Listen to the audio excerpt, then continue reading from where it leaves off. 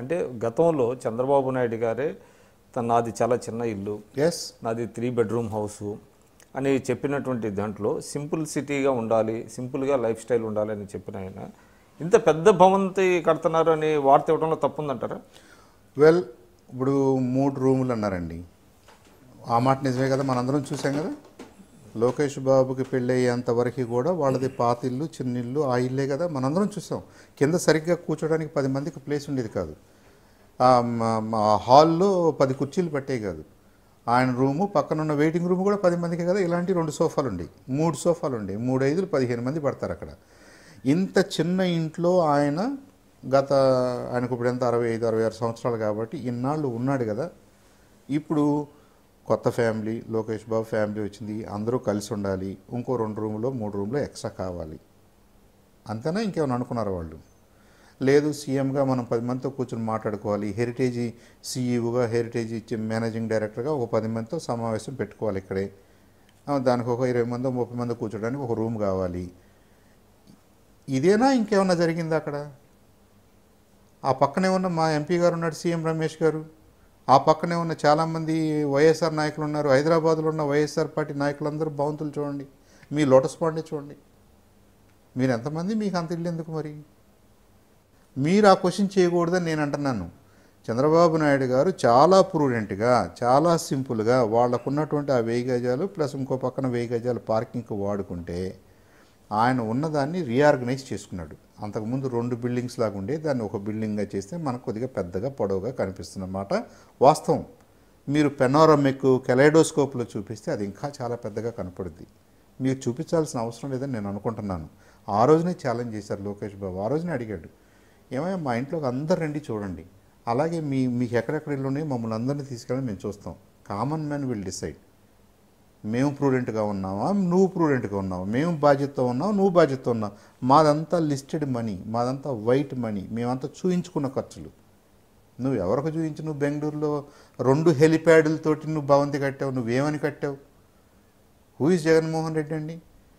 ఈయన బెంగళూరులో ఎంతది 70 రూమ్స్ ఏదో ఉందంట, 600 మంది పని అంట, 2 లేయర్స్ ఆఫ్ 2 రౌండ్స్ ఆఫ్ ప్రహరీ కోడ్ అంట, 2 హెలిప్యాడ్లు అంట. ఈ దేశంలో ఎవరికన్నా ఉన్నాయండి? ఎవరికన్నా ఉన్నా కానీ అంబానీ లాంటి వాళ్ళకు ఉంటే వాళ్ళు బిజినెస్ పీపుల్ అన్నీ చూపిస్తున్నారు, చట్ట ప్రకారంగా ఉన్నారు కాబట్టి ఎవడు తప్పు పట్టాడు. నీకు ఏమి చట్ట ప్రకారంగా నీకు ఆదాయం ఉందని నువ్వు చేసావు కాబట్టి నేను ఆటోమేటిక్గా నెక్స్ట్ మాట అనాల్సి వస్తుంది. నీ దొంగ డబ్బులతో నువ్వు దొంగ పనులు చేసి నువ్వెలా క్వశ్చన్ చేస్తావు? నువ్వు నిజాయితీగా ఉన్న మనిషినే క్వశ్చన్ చేస్తున్నావు. నువ్వు చేసే దొంగతనం నీకేం కనపట్లేదు, వినపట్లేదు, నువ్వు దాని గురించి పట్టించుకోవు. నీ ఇమ్మెచ్యూరిటీ, ఈ దొంగ బుద్ధి నీ పార్టీని చంపేస్తుంది, నీ ఎమ్మెల్యేల్లో అధైర్యాన్ని పోస్తుంది. వాళ్ళు అక్కడ వద్దు, వీలు కాదు, ఇతను వినడు, ఇతనికి అర్థం కాదు, ఇతను చెప్తే వినడు, ఈజ్ నాట్ ఎ లీడర్ అని పారిపోతున్నారు. అలాంటి దుస్థితిలో ఇవాళ మన అపోజిషన్ పార్టీ ఉంది. మన అపోజిషన్ లీడర్ ఉన్నాడు. సరే, మీరు జస్టిఫికేషన్ మీరు ఇస్తున్నారు, వాళ్ళకున్న ఐఎమ్ ఆస్కింగ్ ద పీపుల్. 10 కోట్ల మంది తెలుగు వాళ్ళని అడుగుతున్నాను. ముఖ్యమంత్రి గారు కట్టుకున్న ఇంట్లో 7 రూమ్లు ఉన్నాయి. ఆ స్థాయి మనిషికి 2 కుటుంబాలు, ఉమ్మడి కుటుంబాలు ఉన్నప్పుడు 7 రూములు ఎక్కువని అనుకుంటున్నారా? ఎవరు అనుకుంటున్నారు? ఎక్కడ అనుకుంటున్నారు? దేన్ని మనం అబ్జెక్ట్ చేద్దాం? మీరు ఉంది కదా నోరని చెప్పేసి అన్నింటిని అబ్జెక్ట్ చేయాల్సిన అవసరం లేదు కదా. అది కరెక్ట్ రాజకీయం కూడా కాదు, కరెక్ట్ విమర్శ కాదు అది. నమస్కారం అండి, నా పేరు చందు సాంబశివరావు. నేను తెలుగుదేశం పార్టీలో కార్యనిర్వాహక కార్యదర్శి అంటే ఆర్గనైజింగ్ సెక్రటరీగా పనిచేస్తున్నాను.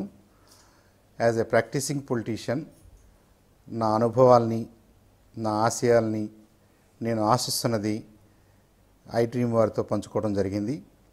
అలాగే వ్యక్తిగతంగా నేనేం చదువుకున్నాను, ఎక్కడ చదువుకున్నాను, ఏం చేశాను, ఎలా రాజకీయాల్లోకి వచ్చాను, రాజకీయాల్లోకి వచ్చి నేనేం చేయగలిగాను, ఏం ఆశిస్తున్నాను, ఇవన్నీ కూడా senior journalist, very respected journalist Vikram గారు నాతో మాట్లాడటం జరిగింది, అడగటం జరిగింది.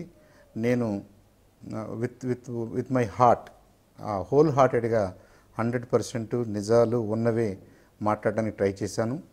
వ్యక్తిగతంగా ఎవరి మీద నాకు ద్వేషం కానీ, ఇబ్బంది కానీ, లేదంటే ఎవరో ఏదో చేశారనే కోపం కానీ నాకు ఎప్పుడూ లేదు. ఏ పార్టీలో ఉన్నా, ఏ సంస్థలో పనిచేసినా మనందరం కూడా అందరి కోసం పనిచేయాలనే సదుద్దేశంతో చేయాలనేది నా కోరిక. దానికి డెమోక్రసీ, ప్రిన్సిపల్స్ ఆఫ్ డెమోక్రసీ ఎంతో ఉపయోగపడుద్ది. కాబట్టి ప్రజాస్వామ్య వ్యవస్థను గౌరవించుకుంటూ ప్రజాస్వామ్య వ్యవస్థలో మనందరం పనిచేయాలని, మన పార్టీలు ఏవైనా, మన విధానాలు ఏవైనా, మన ఇంట్రెస్ట్లు ఏవైనా, మనకు నచ్చింది నచ్చింది ఏదైనా సరే అల్టిమేట్గా we should yield for democratic principles.